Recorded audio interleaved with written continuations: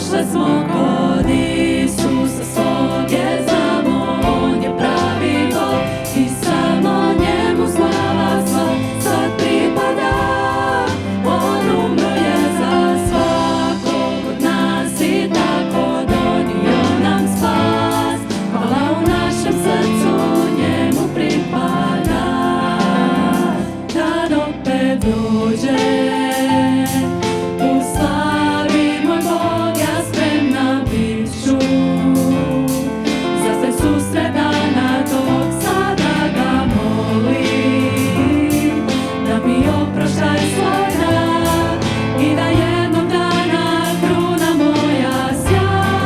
Mi došle smo kod Isusa svog jer znamo, On je pravi Bog i samo njemu slava sva sad pripada.